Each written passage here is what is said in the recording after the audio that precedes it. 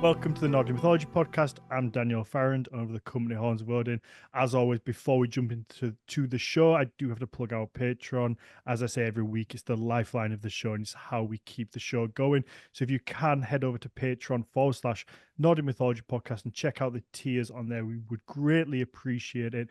We have a ton of bonus material. So you get story time episodes, you get the Q&A, which is probably what the main bonus that you get. It's an extension of every single episode we do where we sit down with the guest after the show, let the patrons ask some questions, and there's always a ton of information to be had.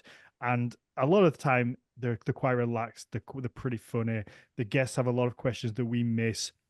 So if there is an episode you like and you want more of that, there will be a Q&A that attaches to it, and you get the whole back catalogue when you sign up as well. And that starts from £3 a month. It's less than a cup of coffee. So if you can help us out, please do go and check it out. If not, a 5-star rating, positive review wherever you get your podcasts will help, and it will help new people find it. It's not a trivial thing. It really does help boost us up those rankings.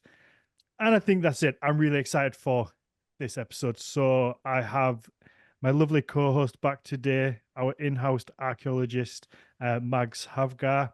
And then we have recurring guest who wasn't on that long ago, but I'm super excited to have you back already. And we're going to talk about the Orkney Islands. And this is one of those episodes where we're going to go completely away from the Viking Age. We're going to look at a different time, well, a different area throughout its entire history.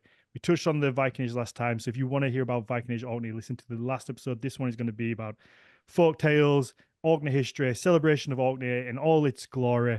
And that man that's going to be with us is Tom Muir. And Tom, you are, I think we said last time, a master of a lot of different things. You are a storyteller, an historian, archaeologist. What else am I missing? Compulsive liar. Yeah, is that what it is? I know there's something else I'm missing off there, but you're all around fascinating guy. Publisher too, of late. But right. Yeah, thank you. Very kind, yeah, and lovely to be back again. We I thought maybe what we might do is I really want to kind of focus on stories, possibly. So what we could do is just have the briefest overviews of Orkney. Yeah, absolutely. Just to give people context. So Orkney is a group of about 70 islands. I think there's 72. I haven't actually counted them all. Some of the islands are what we call holms, which is an Old Norse name, Holm, Holm, and it is a small island. And the definition of a holm up here was it's got enough grass on it to fatten one sheep, feed two, or starve three.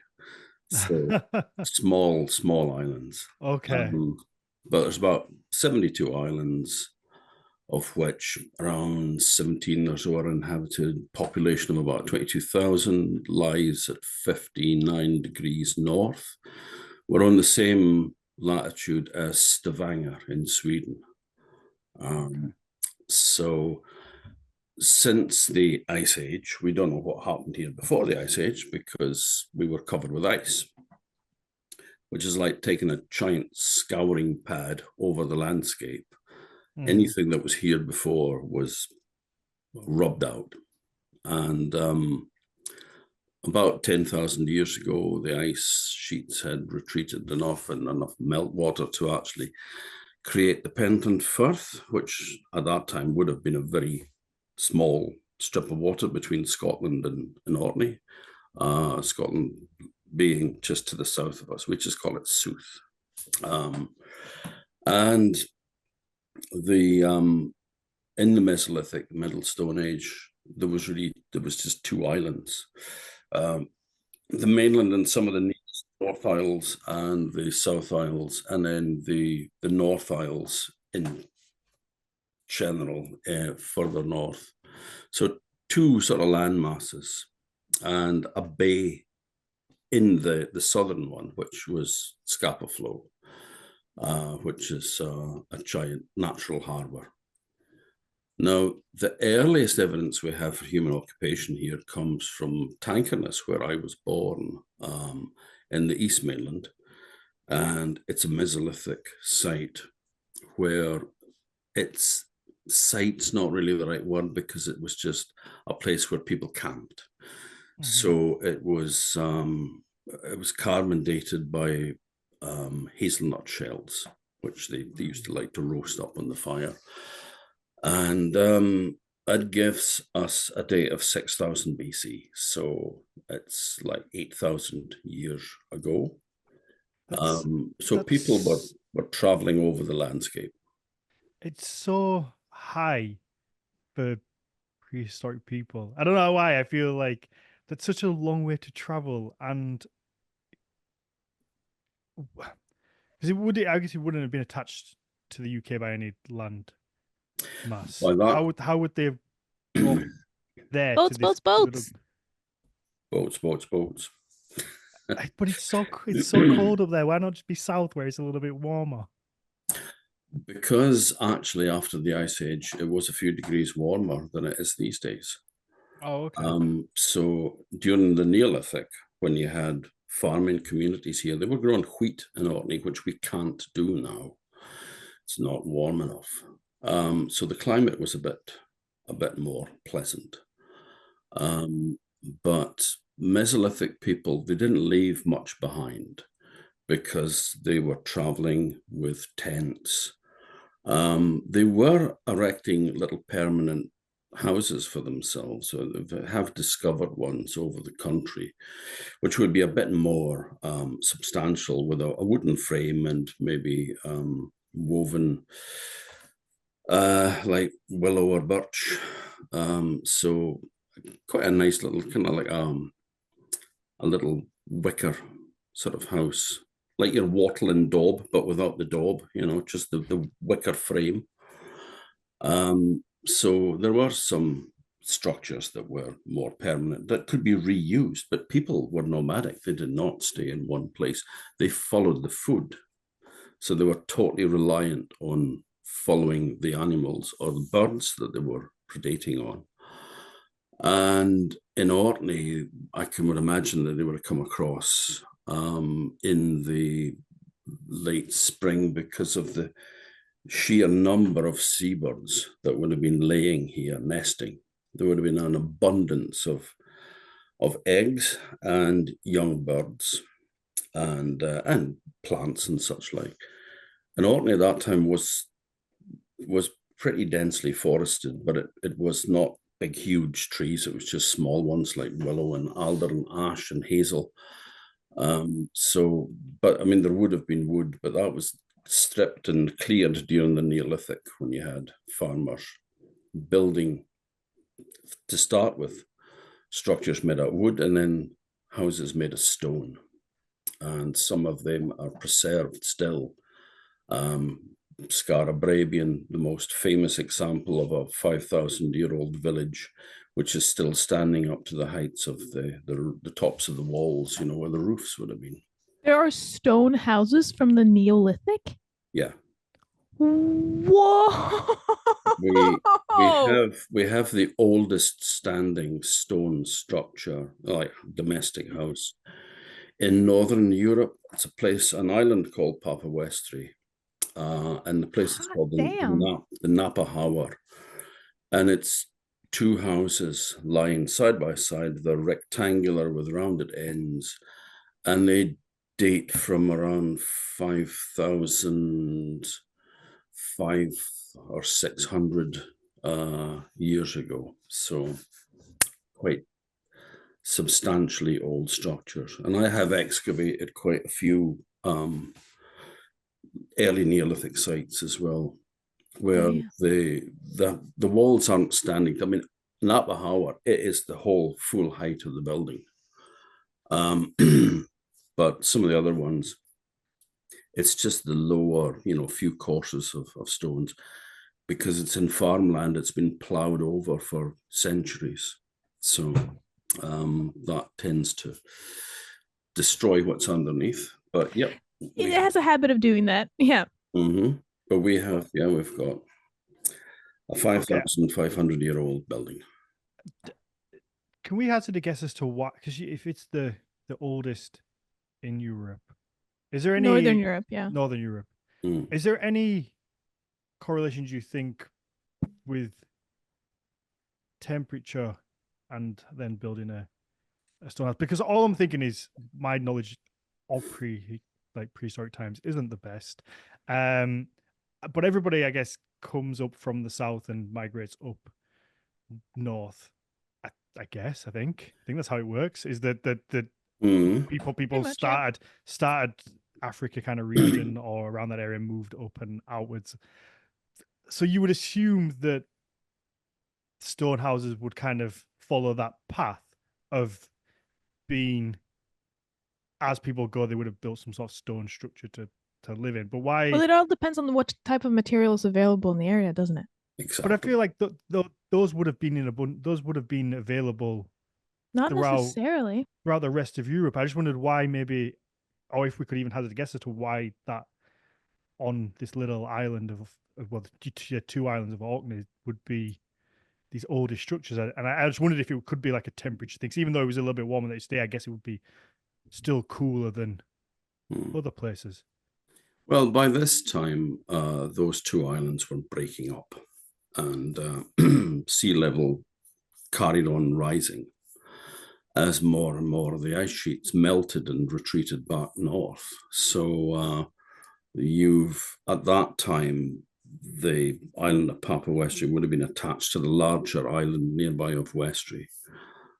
So there may have been more buildings. In fact, it's quite likely that there were more buildings, and that Napahawa is just left in isolation. But the other buildings may have been lost to coastal erosion now, because it's right by the side of the sea.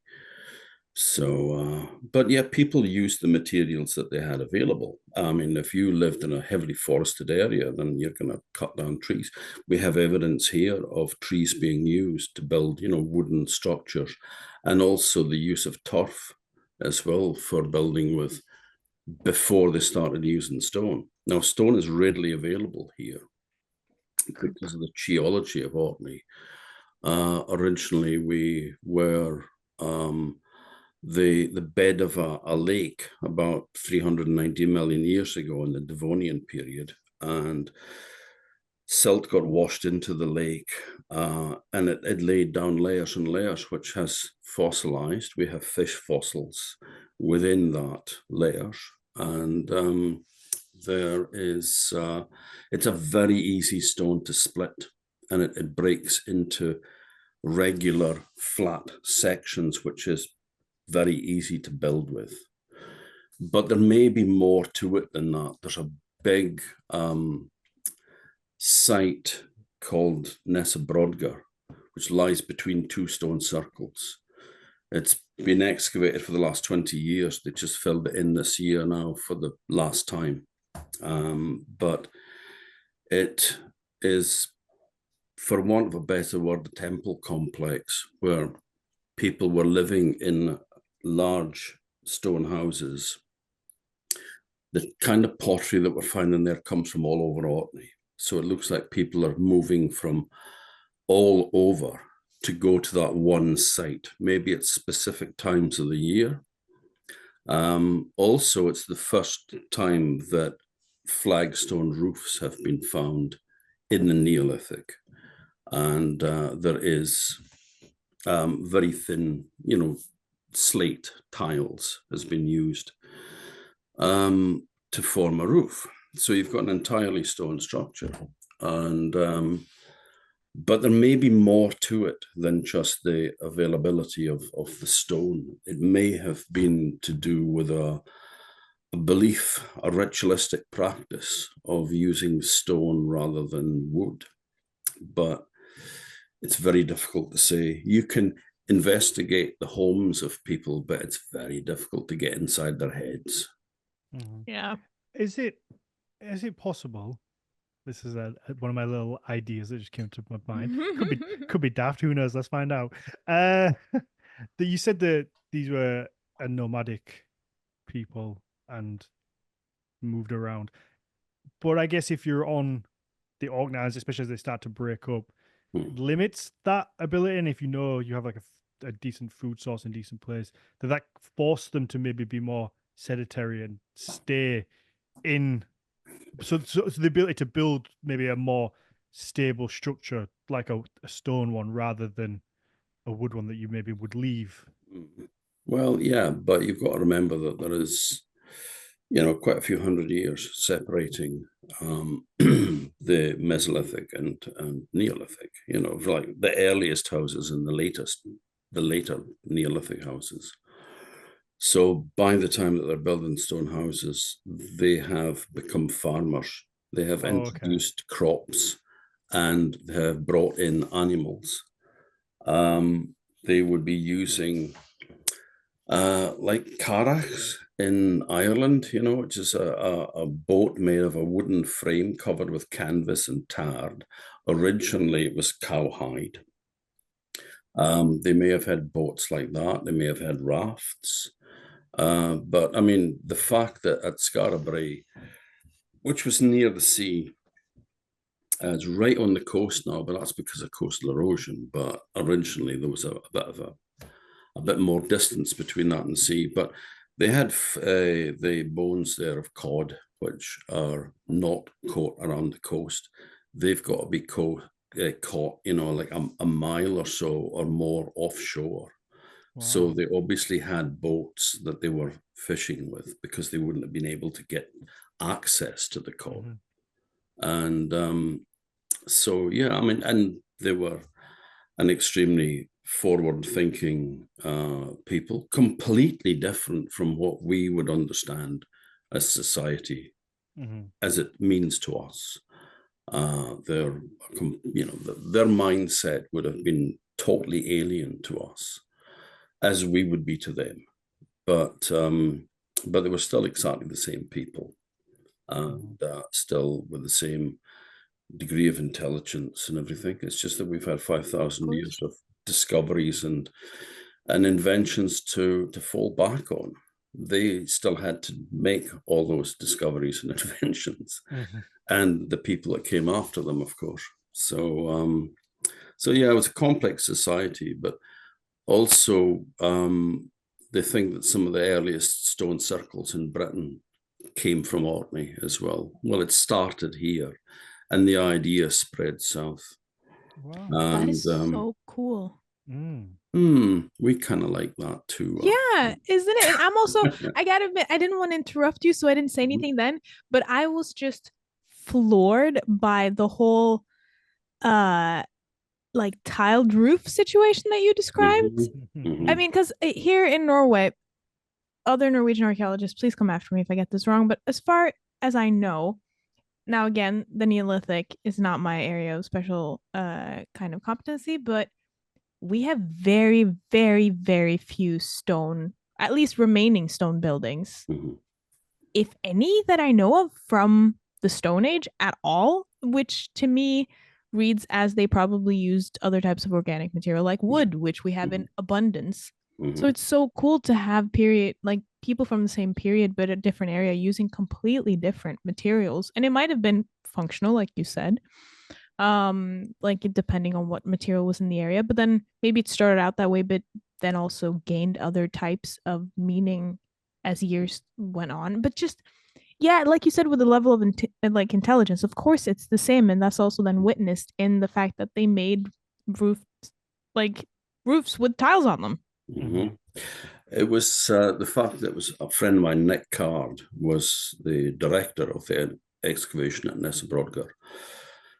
And he had been a builder as well. And he was up on a cherry picker, looking down on the site and thinking to himself, why are all these regular shaped thin slates, like slabs of stone, which were the size of kind of, modern day roof tiles? Kind of what's going on there? And then suddenly, of course, it was like that light bulb moment where he went, it's a bloody roof that's collapsed. Of course, I've seen this before in derelict buildings. The wood gives way, the rafters, down comes the stone. And then it was noticed that in Gordon Child's report on the excavation at Skara Brae in the 1920s, that he had also recorded thin slabs of stone in the buildings, which they just went, we don't know what that is, so we just shoved them in a wheelbarrow and dumped them. Oh, no. And so the concept, because they didn't do that, they didn't have stone roofs. We all knew that, but unfortunately, it was rubbish. So, it turns out, yes, they did. Wow. What they had done is they didn't have holes drilled in them for a peg. They had a little narrow bit on the waist so that you could put a peg in there and it would hold, well, I suppose, two slabs together. If you take a little notch out of a slab, and you put a peg in, then that can secure it, hold it in place, and then you'll have other tiles on top of it, which kind of holds that in place as well. And of course, then you could have like straw ropes over the top of it with stones hanging on it just to hold everything secure, if necessary, which possibly didn't need. But, yeah. That's so fascinating. Yeah, it is. It is. I'm just, whoa. And also then for us today, so much fun, because stone buildings, famously, they stay for longer than wooden structures. They don't go away as quickly. Yeah, well, in Skara Brae, you've got preserved, you've got the it's a sort of a more square-shaped building, but with round corners.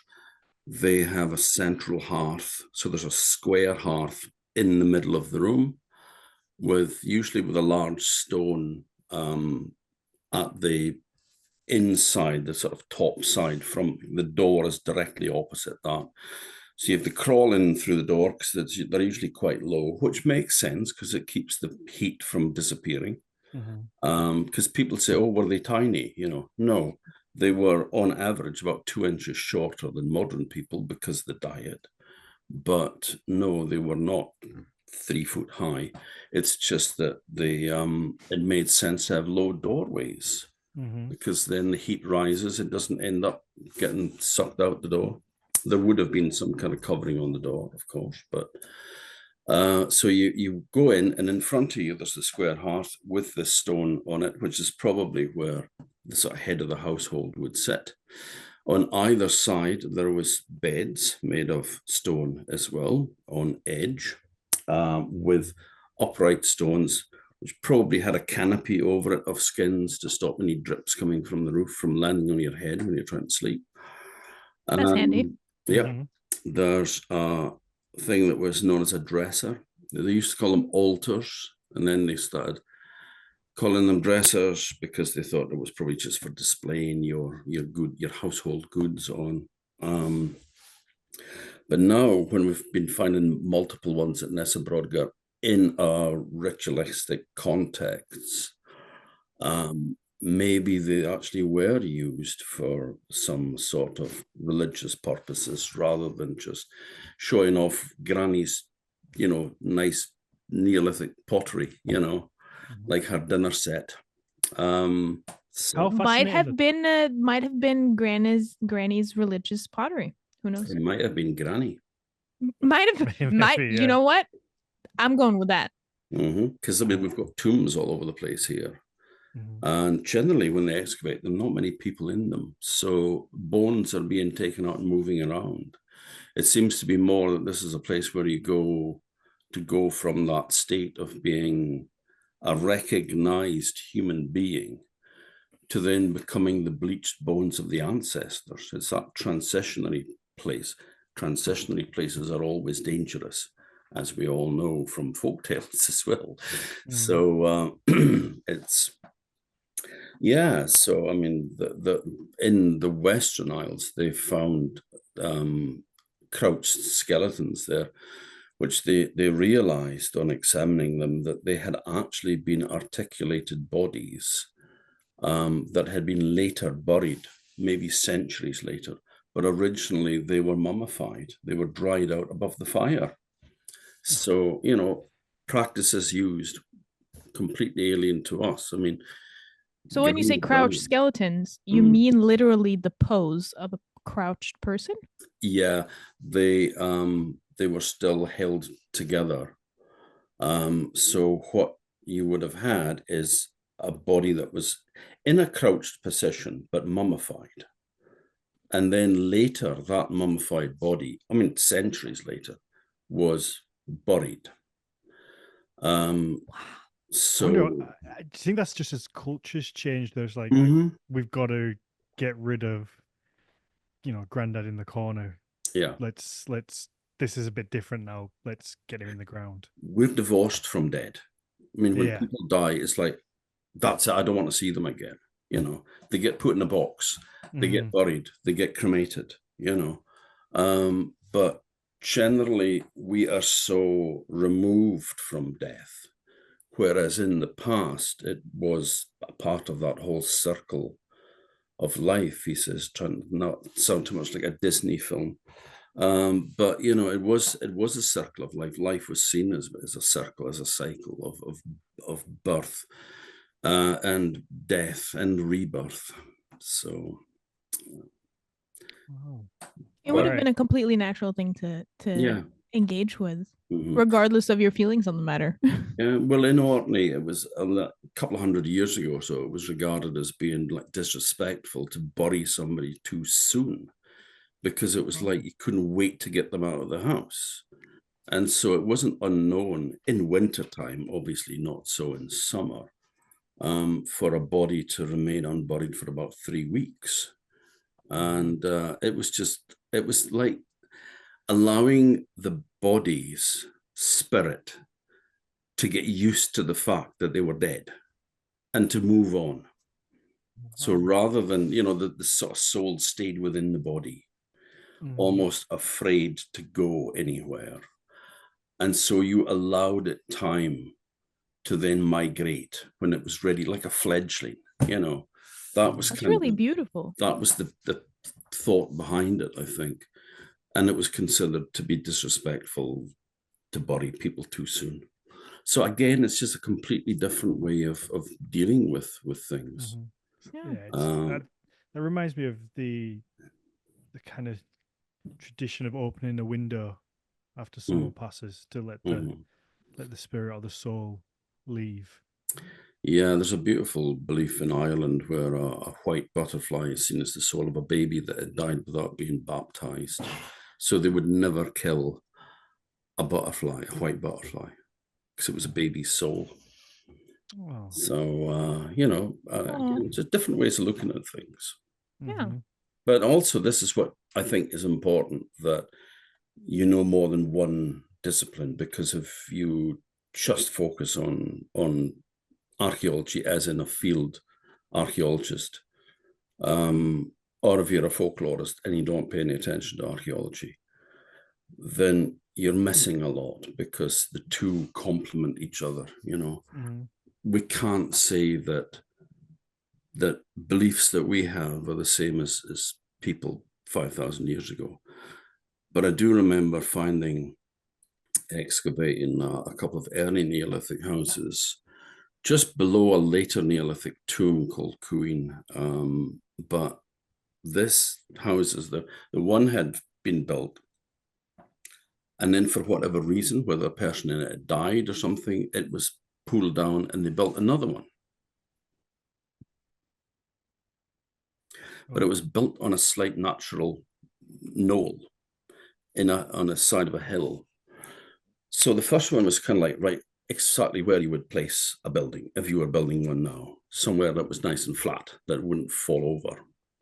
The next one was built slightly further down the slope. And then there was a third one that was built on the slope and kept collapsing. There's all this rebuilds going on in it.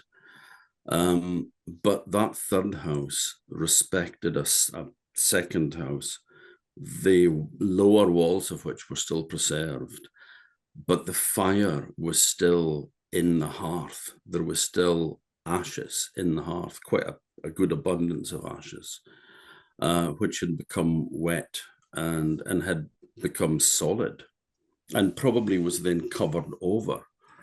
But there was a belief here that the luck of a house went with the fire.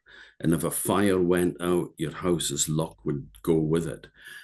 And if you lent fire to a neighbor whose fire had gone out, the luck of your house could go with that fire to their house, and your house would be unlucky. Oh, so wow. the fireplace was the center of the household and the center of your world.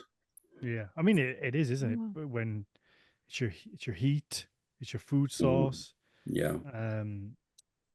The way of drying your clothes if it rains. Mm-hmm. It's really important. It's why during the clearances in the Highlands and Sutherland, they used to pour the basin of milk, which was always kept in the house for household use. They would use that to extinguish the fire. And it was a ritualistic killing of the house because the fire had been put out. It was like stopping the heart of the building. And they were using the food that you would have had to nourish yourself and your family. That was being used to ritualistically kill the house. So it was all symbolic, and they knew that. Mm-hmm. That's why they did it. Yeah. But that's another story. Yeah. Is there anything else we need as a general overview? Well, I've only just got started, but I am going to speed up considerably. I'm fully well aware that time is marching on. I know. We could do this for hours. Yep, we could easily. The stone circles here, like I said, I think some of the earliest stone circles are not the earliest in the country. Also, the kind of pottery that was used in Britain was called grooved ware because originally it had grooves cut into it in incised lines in the pottery. Later, they had applied decoration. So you would have little sausages of clay that you would stick onto the outside of the pot. So it would have a raised ridge or little pellets that would, there's one from Skara that looks like a kind of the bottom of a Dalek, because it's a flower pot shaped pot that then had all these little blobs of clay in nice neat lines all stuck to it, But that kind of pottery was created in Orkney. It was first made here and first developed here. But then during the Neolithic, it spread throughout Britain and Ireland. And it became the thing that everybody used, that kind of pottery, until the introduction of beakers from Europe. So during the sort of early Bronze Age. So there was a lot going on up here, and there was this massive ritualistic center as well. I mean, they just discovered recently that the altar stone at Stonehenge was a kind of rock that comes from this area. They have excluded Orkney as being a place that it could have come from, but it could still be, like Caithness. It's the same geology. It's the same bottom of that lake. Wow. But I mean, they're taking that stone hundreds of miles down to Stonehenge, down to Wiltshire from northern Caithness or possibly even Orkney. I mean, they said they reckon they've excluded it, but I don't know. So, but the important thing is we find the truth, not what we would like to think, Mm-hmm. Yeah, it would be good for the Orkneys if it came from there, for sure. Yeah, but because it's inspired by. But yeah, that sort of like spread throughout the country. Bronze Age society here starts to fragment. There's eruptions of Mount Hekla in Iceland that causes the weather patterns to change. It became colder, wetter, and windier. And that's when most of the peat here that is burnt for fuel was laid down. Although there were peat being burnt in the Neolithic as well.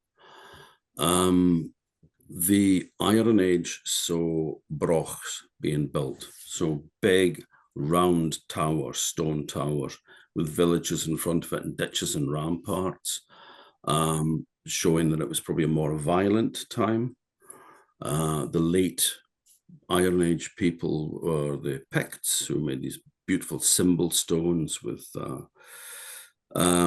that bore like wonderful symbolism that you find all over the north of Scotland. And then the Vikings turned up, and yeah, so, and then it got interesting again, because we have history, and there is also a folk tale that that says that the first Viking ships to arrive at the island of Rousey saw a display made by the fairy folk on the brae at Trumland, where the fairies had gathered with glittering spears, and the Viking ship had then sailed away, but came back later with more ships, and there was a battle between the fairies and the Vikings until the fairies were driven to the west side of the island and remained there. Now, the interesting thing about that is that in the Historia Norwegia, the first sort of medieval history of Norway, it says that Orkney was inhabited by two peoples, the Picts and the Pappers. Pappers were the priests, and the Picts were said to be no greater than pygmies in stature, but they possessed great power and could build whole walled cities in the morning, but they lost their strength at midday and had to skulk in small underground houses, which suggests the archaeology of Orkney. You have the walled towns being your brochs with your village in front of it. The small underground houses could be tombs or even Neolithic houses that have been uncovered during agricultural work. People were aware of them, but were probably afraid of them as well and kept away from them. It's been potentially the abodes of fairy folk. So you've got an official history written around 1200, and you've got a folk tale that's been passed down, which kind of almost corroborate each other. But that's really, I love those types of connections between different sources. That's so cool. Yeah. In later centuries, I suppose the biggest thing to mention really was 2 world wars, because Scapa Flow, which I mentioned earlier, has been a small indentation of a bay in the main South Island during the Mesolithic, became a huge natural harbour, and that is where the Royal Navy was based in both World Wars. So Bartlett Shotland, the Grand Fleet sailed from Scapa Flow. Lord Kitchener, your country needs you, the guy from the recruiting posters. Lord Melchett on Blackadder, basically. He was lost on a ship called the Hampshire, just off the coast of Orkney, having been in Scapa Flow, and on his way to Russia, struck a mine and sank in 1916. The first airplane to land on a moving ship was in Scapa Flow. So the aircraft carrier was born here. The German fleet were interred in Scapa Flow after World War I and scuttled themselves on the 21st of June, 1919. So about 50 of the 74 ships sank. 7 large ones are still down there now. My son's a dive boat skipper, so if you want to go and dive on them, get in touch. That's so funny, because I wonder if your son might have been out with taking my dad out. My dad's a big diver. He was in the Navy, and he's a big like he loves diving, like sites like that. And I know he's been to Scapa Flow. He's mentioned it before. I know he's been a few times. So I wonder if maybe their paths have ever crossed. It's possible. I mean, I don't know. There are quite a few dive boats. Oh, is there? Right in Scapa Flow, yeah. So it's quite a big industry now.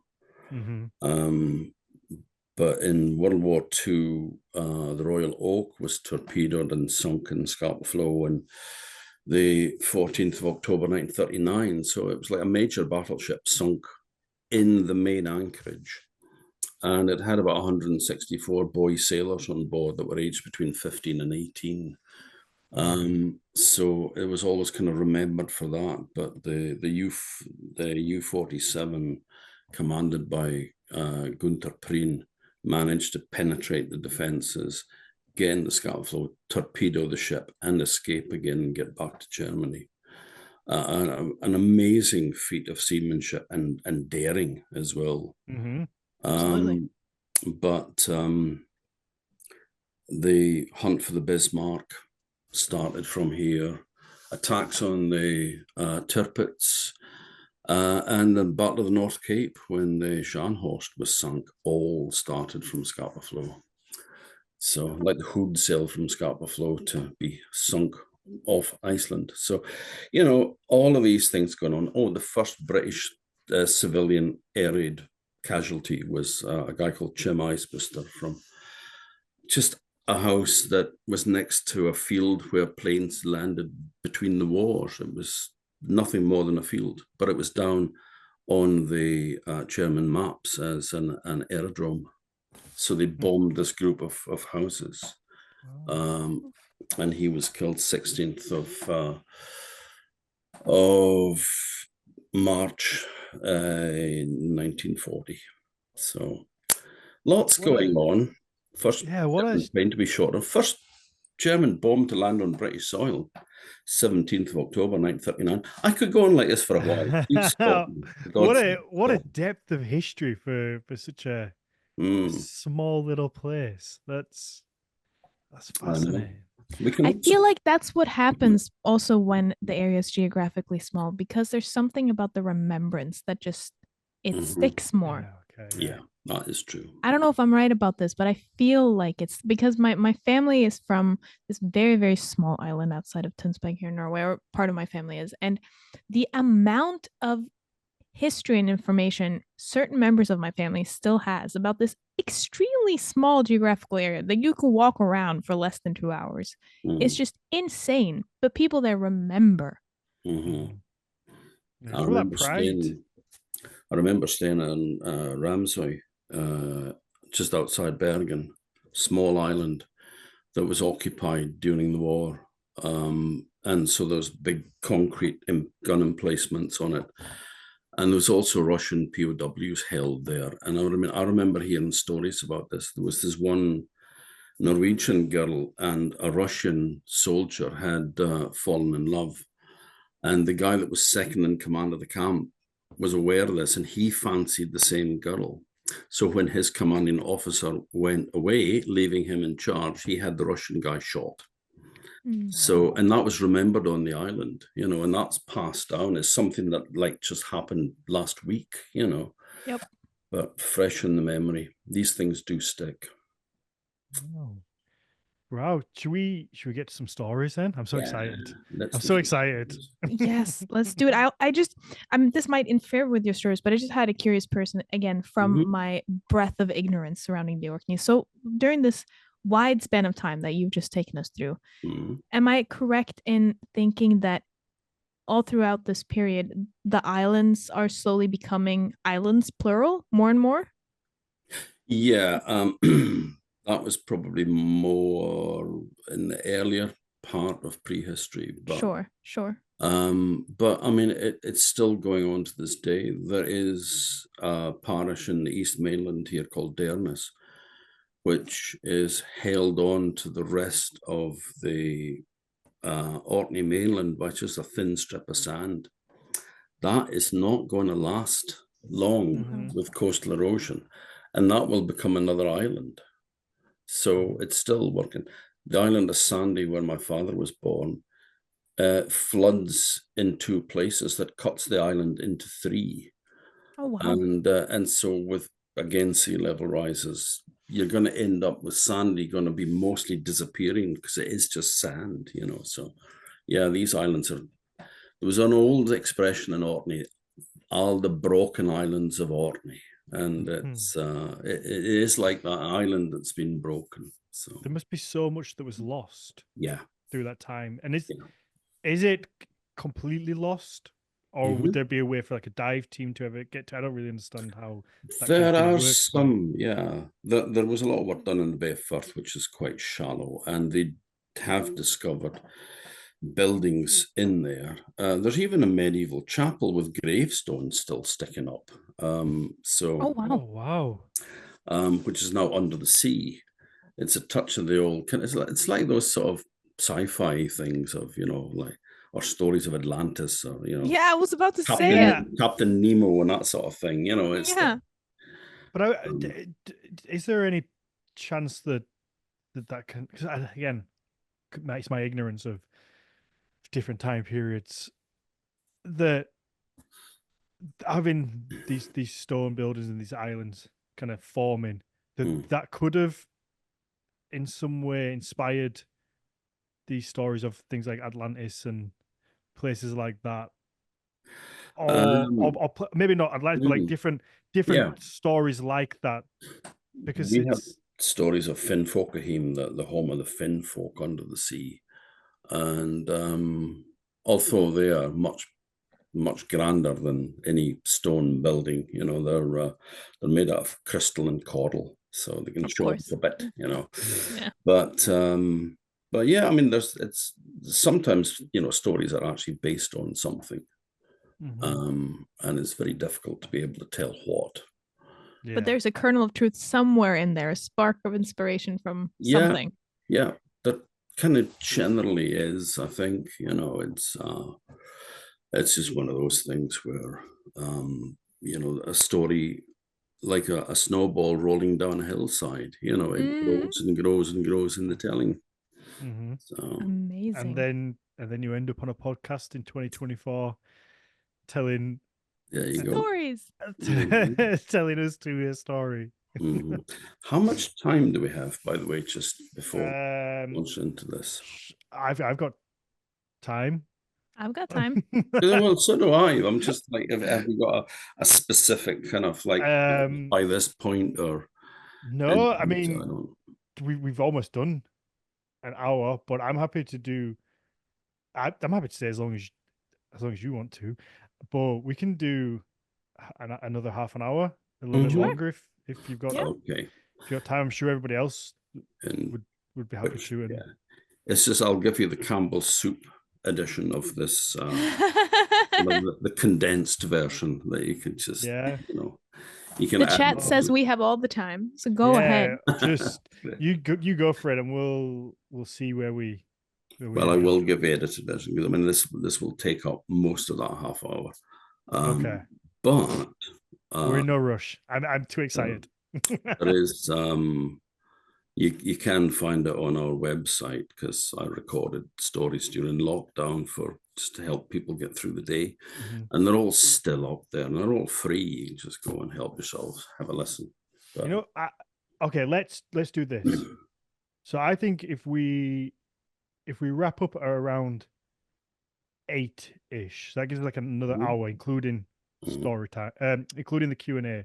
So why don't we do the condensed version of that story now, and then we'll end the main show, and you can tell us a few smaller ones for the next kind of half an hour for the Q&A, and people can ask questions. Sure. Yeah, no problem. Kind of dotted in, and then no problem. If people want to hear that, then they can join our Patreon, and it's a little plug for us. If you want to hear the extra ones, then give us your £3, please. Okay.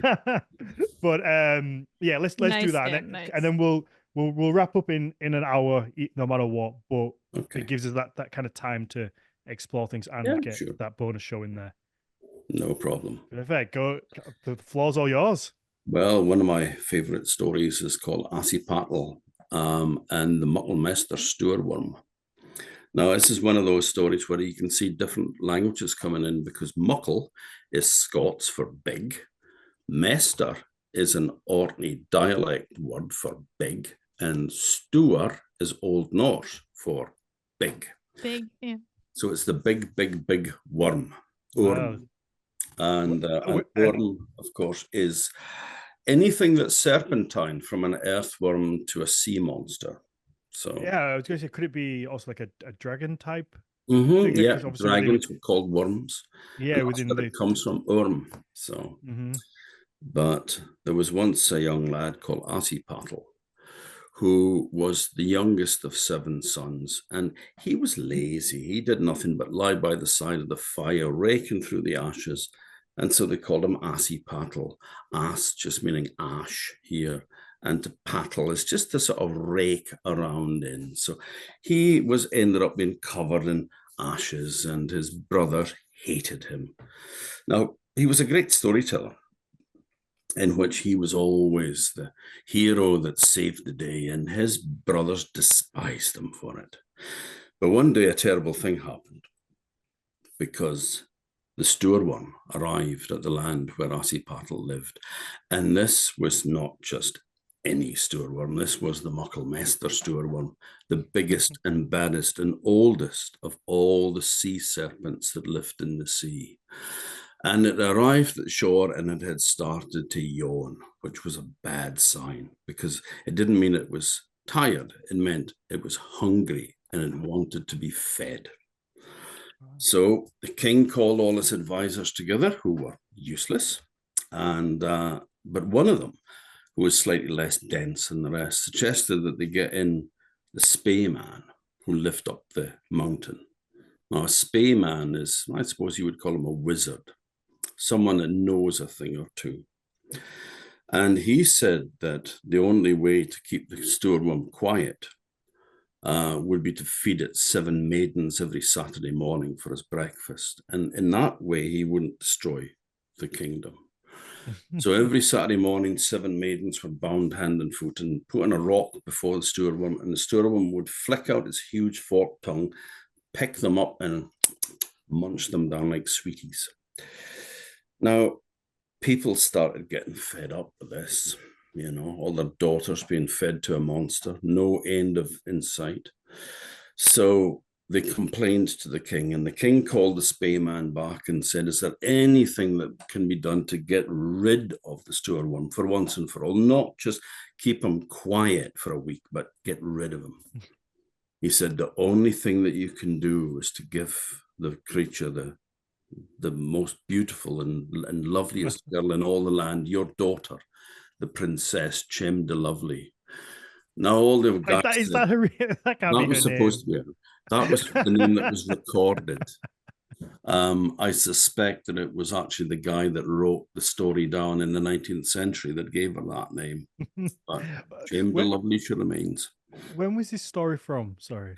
It's from the island of Sandy, where my dad came from, but it was recorded in the 19th century. But there are other versions from other places in Orkney, and so we do know that it's a good age to it. My other thought known.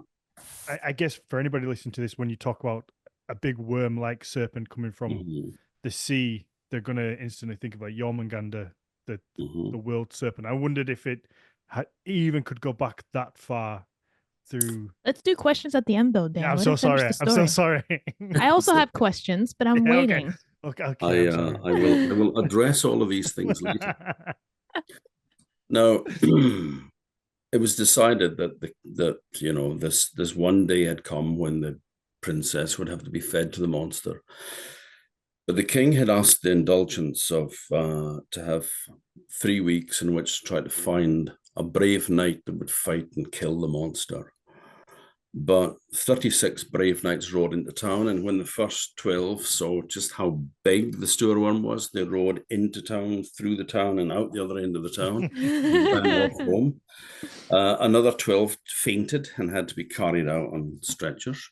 And the other 12 just went up to the castle and found the wine cellar and sat in a deep depression, drinking heavily and not saying much. And the old king was disgusted because the blood of an older and more noble race flowed through his veins. And he said, fetch me my sword, Sickersnapper, a gift to my ancestor from the god Odin himself, from whom we are all descended.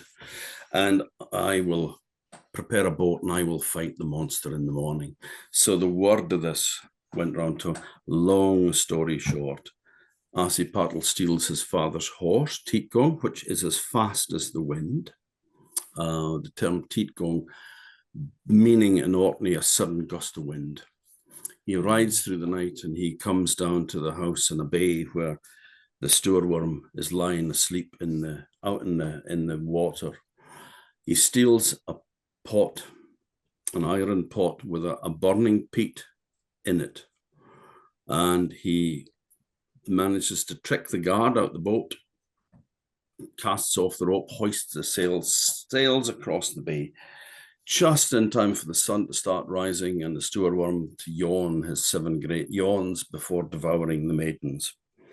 Now, the king, he noticed, had just turned up with his men as he sailed the boat towards the monster's mouth. And when it yawned, he went straight down the monster's throat in the boat until eventually the boat grounded and he picked up the pot with the peat in it and he ran until he found what he was looking for, the stoorworm's liver. And he cut a hole in the liver and he put the burning peat in it and he blew and he blew and he better blew until he thought his head was going to burst and the flames started to splutter out. Then the oil caught fire and the, bless you, and the liver started to burn. And then he ran back to the boat.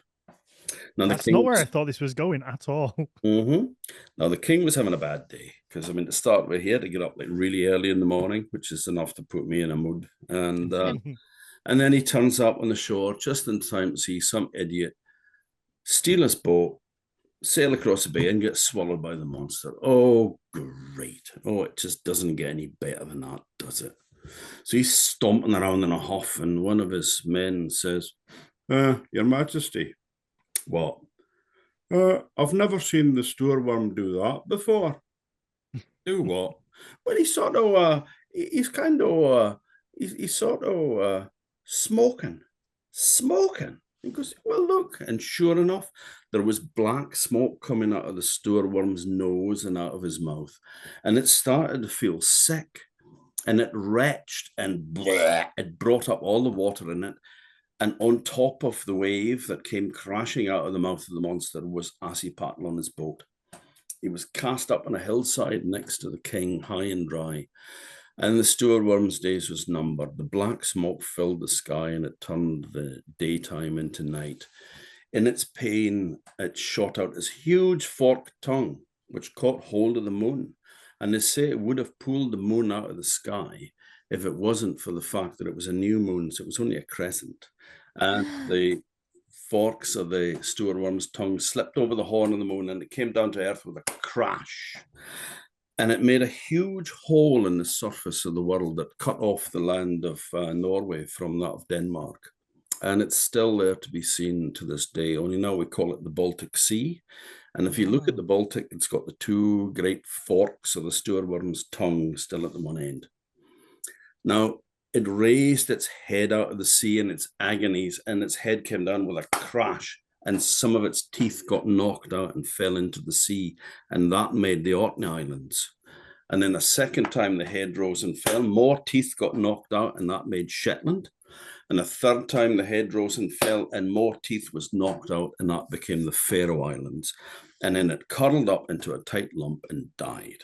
And there it remains to this day, only now we call it Iceland.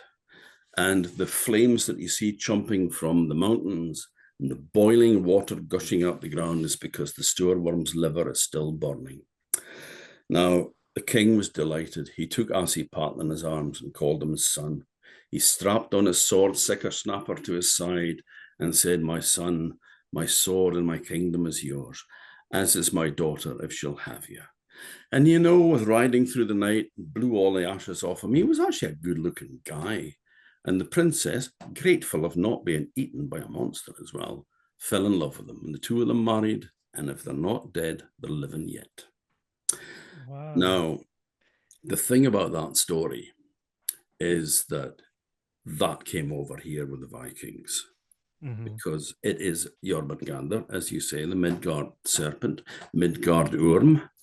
And the one thing that I didn't mention in that telling is that its breath was poisonous as well, which is another main factor.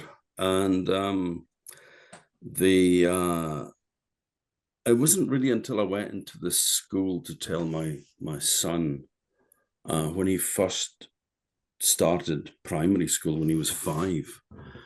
I was asked to go in and tell some stories to the kids. And I told that story. And that evening he says, "Do we have an atlas?" And I said, "Yeah. Can I take it into school tomorrow?" And I said, "If you want, yeah, sure." But I said, "Why do you want an atlas?" He says, "I want to show everybody where the Baltic Sea and Orkney and Shetland, Faroes and Iceland is." And it just occurred to me then, of course, it's a roadmap for Junior Vikings. It's the whole North Atlantic. You've got the Baltic Sea, but then you've got all the islands in that order. First thing I did was Google the Baltic Sea just to look at the shape of it. And it does look like a forked tongue. Basically, Finland owes its shape to the fork of the tongue. That's fascinating because it shows, assuming this is like pre-good maps, that shows like a real understanding of that area to know that that shape is, it is fork tongue shape. It's easy to look at it and go, "Oh, yeah, clearly that you can say that." The one thing to bear in mind is that that Orkney, all the names here are from Old Norse, and they're all named from the sea. It's what you can see from the sea. It's what makes sense when you're sailing around. The name is the description. So you got Sandy, Sand Island, you got Westry, the West Island. You've got all these names that mean something. And Endearness, which I was saying is that piece that's just held on to the rest of the mainland by a thin strip of sand. That means animal headland. A ness is a headland, and deer is not deer as in with antlers and all that. It just means animal. Deer, teer is a teer garden and all that. It just means animal headland. But there's no animals in there other than just what people were farming. But it's the shape of it, because it's kind of a triangular shape but rounded, and the tip of it is called the mullhead, and mull in Old Norse and in Old Orcadian dialect was the muzzle of an animal, like the nose of an animal. So it was the head of an animal, and that was the nose of the animal. So they were quite savvy about recognizing what features looked like, and then maybe applying a name to it or a story to it in this case. I find it so fascinating because it's easy for us in 2024 to look at a map. Somebody's drawn it out there. We've got satellites. We know what things look like from above. So it's pretty easy to imagine what different countries look like and the shape of the land. Whereas that didn't exist. So to kind of map this shape out and to have a good idea, and a pretty good idea of its shape from purely sea or like land level and just be looking at it from that's not easy to do. That's pretty difficult. But they understood that was that shape, and and it is. It's something that we would struggle to do these days because we don't have to, because you just go on Google Maps and that's it. They didn't have because it's knowledge based on experience and need. Well, we don't have those same needs anymore because we have all these tools. So now it's just a case of you can look it up, but in those days you had to understand what a place was like also, because you could end up being shipwrecked if you didn't know what it looked like. You could end up on a rock somewhere, and then that wouldn't be a good end to your day or life. But no stories. I mean, that one obviously came over with the Vikings. We have a lot of stories here that are you find equivalents of in Norway and in Sweden and Denmark. I was about to ask. And Iceland and Faroes as well. I was about to ask, because when you were describing our hero, I was like, this sounds exactly like Askeladden. Yep. The Norwegian fairy tale hero. So I was about to ask, if he has two brothers named Per and Paul or something in that direction. So Askeladden, for those of you who don't know, means ash lad. He has 6 brothers who all hate him, but who are unnamed. Unnamed. But yeah, no, he is Askeladden, or there is an Asipattle I found in a Swedish folk tale as well, where exactly the same hero that lies by the fire, raking through the ashes. And Walter Charles Dennison, who recorded a lot of these stories, rather tantalizingly and frustratingly said that there was many stories about Asipattle, and that was the only one that he ever published. Oh. And it's like, you know, I'd rather you just didn't say that, you know, because it's like, where the hell's the, you know, all of these stories now long gone. But that's so fun, because I remember growing up on fairy tales with the Norwegian version of Askeladden, and also the ending was eerily similar. Like there's a few minor details, but usually always I love the addition that if she'll have you, and then she fell in love with him, because in the Norwegian versions it's usually like the king just basically hands her off as like a golden prize, and he also gets half the kingdom, and we're done. I must admit that I kind of put that bet in myself. I love that. I did feel that it was just a bit like you said. Oh, you can have her too, you know. Yeah. So it's a human being treated, and that didn't really rest that easily with me or with modern listeners as well, really. So, whereas I try to leave the stories, I mean, I tell them my own way, but they are the story. I don't. Yeah. But that's the way stories work, though, isn't it? That's how they would have always been told. So. Oh, yeah. And you have to adapt them to the audience that you're giving them to. If not, they're not interested. Because, I mean, if there's anything that's that really isn't suitable for children, then you would just wouldn't tell that story, or else if you had to, for whatever reason, you would alter it so that it was okay, you know. You tailor it to your audience. But that's amazing. It is so good. And also it just went from like this little kind of similarity that I had with, oh, this sounds familiar to me, let's see how this one ends, and then it's like, oh, it's a roadmap to like the whoa. Yeah. Well, it is, and I owe my son that one, because he'd spotted that at 5. But so yeah, it's just a way of learning your islands, you know, learning your land, your geography. So Mags, I wanted to get your thought on that, because that inclusion of the Baltic Sea in there, I guess, could we assume that then people were coming from, I guess, Sweden around and up to the Orkneys? Because typically you would think of like Norway being the peoples who would go to kind of, well, that's our assumption, isn't it? That's our assumption. But these people who we loosely today think of, or not even loosely, we think of them as like one unified group. Not really. It's like a historic period with people who had similarities that were roughly kind of centralized, roughly in what we today call Norway, Sweden, and Denmark. But they weren't necessarily all one whole big bunch. So yeah, of course, Sweden. I didn't let you finish, but I assume that's where you were going. Yeah, well, it's because I think we, very broadly, to put it into like neat boxes, you kind of go, oh, well, Norway tends to be like North England, Scotland, and maybe like around to Ireland. Then you get Sweden, maybe more into Europe and Estonia, and down into Russia and that area, and then Denmark, maybe like the south of England. That's very broadly how you kind of map it out. So that it was that inclusion of the Baltic Sea and Denmark into it that made me think of people coming all the way around from there. And well, I mentioned trade, you know.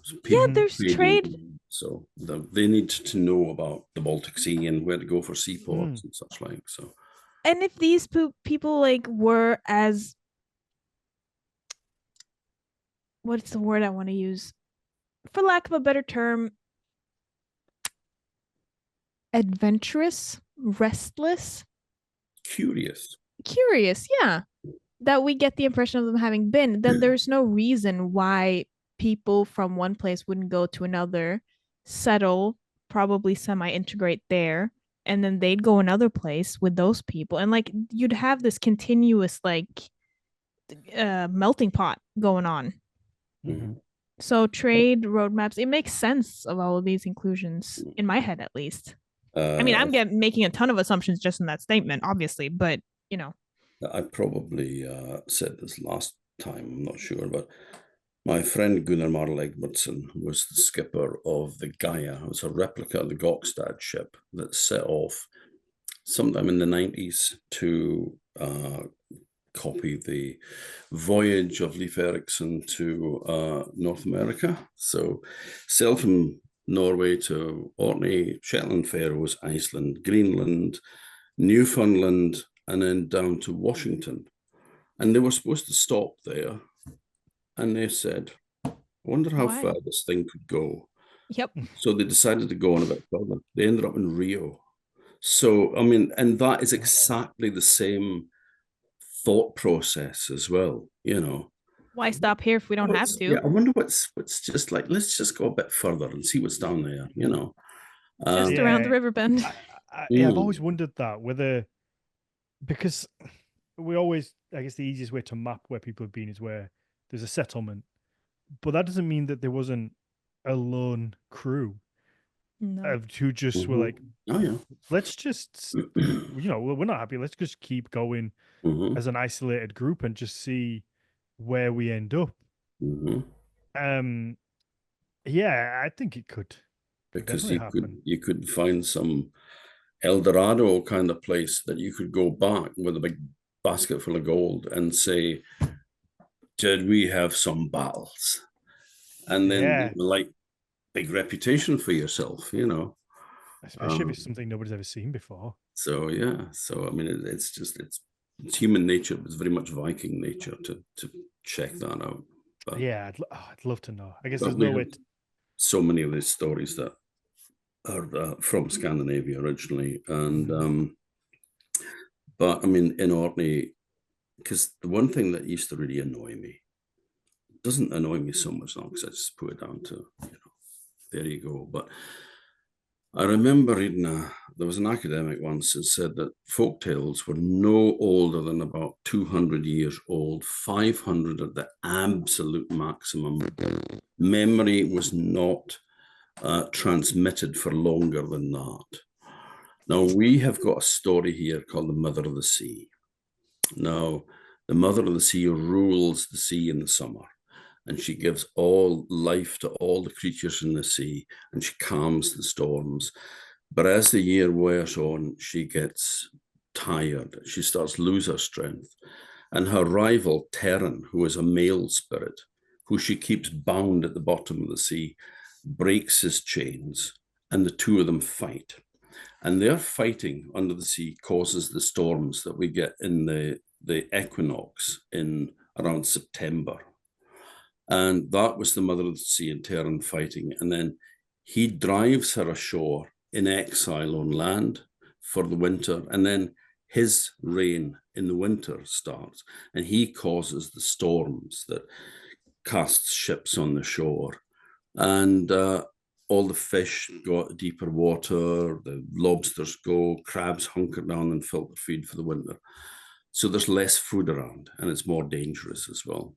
And but then as the time wears on, he starts to lose his strength, and the Mother of the Sea regains hers, goes back into the sea in the spring, and they fight again, which again is equinox storms, and then she binds him at the bottom of the sea and then calms the seas and rules it.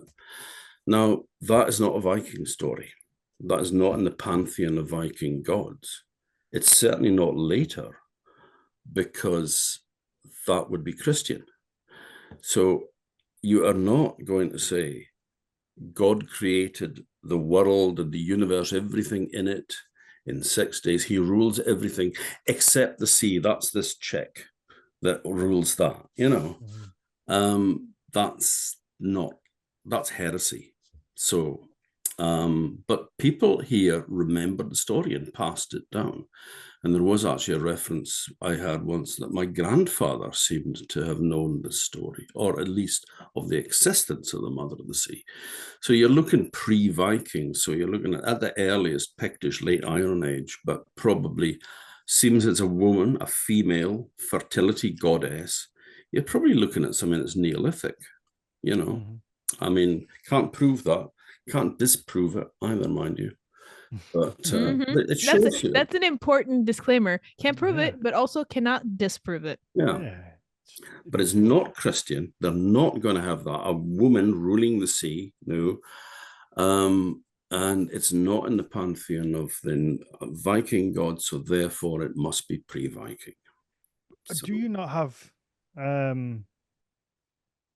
Max, do we not have, like, is it Ran, who is the like a female deity of the sea?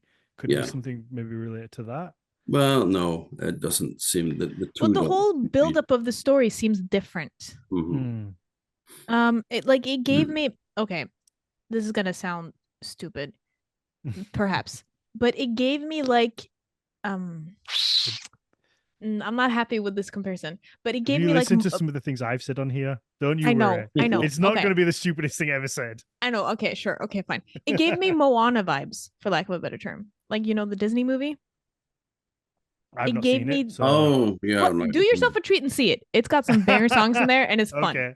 But it gave me that vibe of like this female deity being the ruler, and then there's this malevolent something growing. Not to compare Polynesia to Neolithic society, but that same sea-bound, like multiple small islands, that vibe of having this female deity containing something that doesn't wish you well, and then kind of that tension. Well, it's there's an old expression in Scotland, actually, where I chop Thompson's bairns. So we're all John Thompson's children, like a mythical ancestor. And if you think about, you know, if you go back far enough, there's probably a group of people sitting around in a cave somewhere telling stories, because stories are as old as language. And, you know, so a lot of these stories could kind of come from, or the same beliefs could come from a more centralized source if you go back far enough. Sure thing. So, I mean, having mother goddesses that give, you know, fertility to the land, why not the sea? So yeah, it's interesting. The male spirit is actually the negative one, the one that. But then that could be observed as well, is that, you know, warfare and such like was generally done by the males of a group, while the women were giving birth. So, you know, it's. I assume I'm sorry, I interrupted you. Go ahead. On you go. I was just thinking that, like, because we often like to think today in human society, like, of women are like the caring and birth, like all of that fertility and stuff, and the aggression part comes from the males. But I wonder if it could also just come from straight up witnessing different animal rituals. There are always, like, in many species, the guys are the ones who fight for the female that then is the one who gives birth to new members of the species. So I wonder if it doesn't necessarily have to connect to human warfare or aggression, but also just kind of the cyclists of the world around us.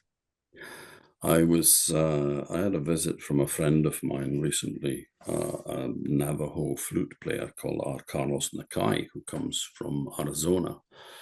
And he was saying that in his culture, women were always seen as being the most respected members of society, because they were the ones that not only that gave birth and brought life into the world, but also were like the holders of wisdom. So they looked on women as being like the bearers of children and the bearers of the tradition of the people as well. And so they were probably more deeply respected than the men, which is an interesting thought too. Absolutely. 100%. Perfect. Let's wrap up the main show, and then we'll do the Q&A and hopefully hear some more stories. Oh, yeah.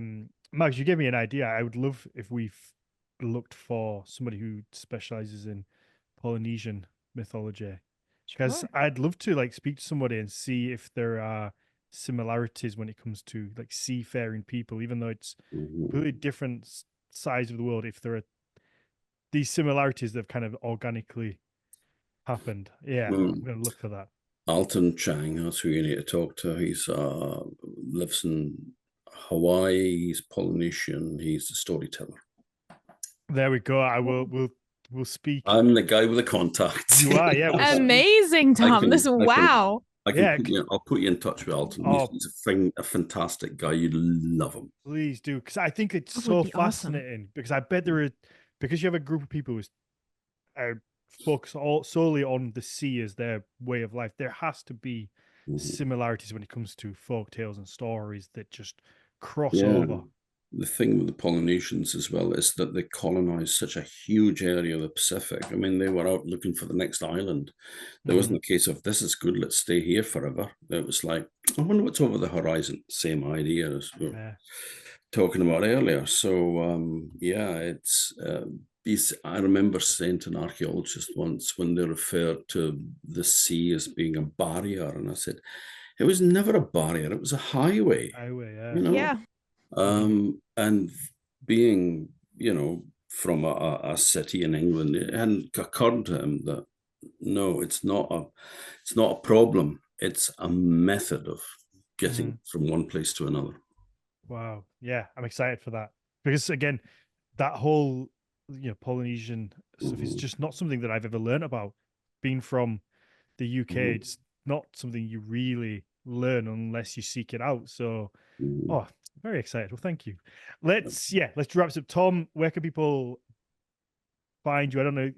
Obviously, your website where people can buy your books. Please, if you can, buy one of Tom's books and listen to him, support him in any way that you can, because I've enjoyed this so much.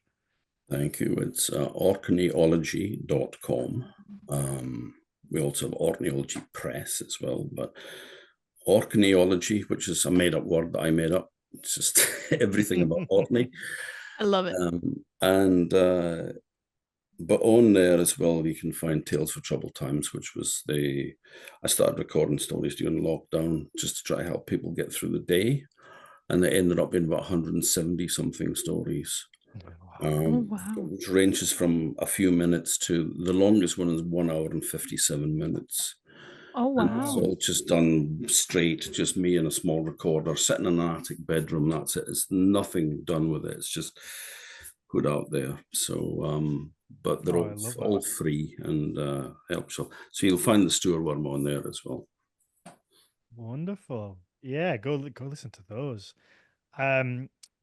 Mags, where can people find you? When I am online, it's usually on Instagram, Archaeomags, Archaeo with a K. That's where I'm at. Perfect. For me, it's Daniel_Farrand1, Horns of Odin for the business, and then the podcast, Nordic Mythology podcast, across the board. And if you want to see our pretty faces, it's all on YouTube. It does add like an extra layer to it. So go and check those out. Hit the little subscribe bell button, all that jazz. But yeah, Fun fact for the YouTube plug, guys. Go. If you do watch it on YouTube, I did actually rewatch one episode with my sister, and she looked at me and she said, I can tell that you're thinking about your answer right here. If I just listen, I wouldn't be able to tell, but I can see your face. I know you're thinking. You can always see what we look like as well. I used to, not so much anymore, but I used to always get told by people, you don't look like I think you would.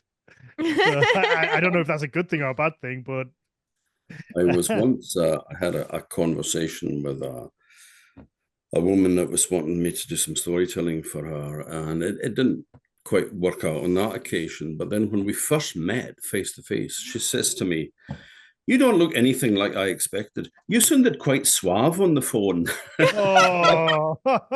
Oh no! That's like a compliment and a slap in the face at the same time. Oh my god! Well, I think you're suave, so you can have it from me. Take the compliment. On. Even you've got that good an imagination. All right. On that note, let's wrap it up.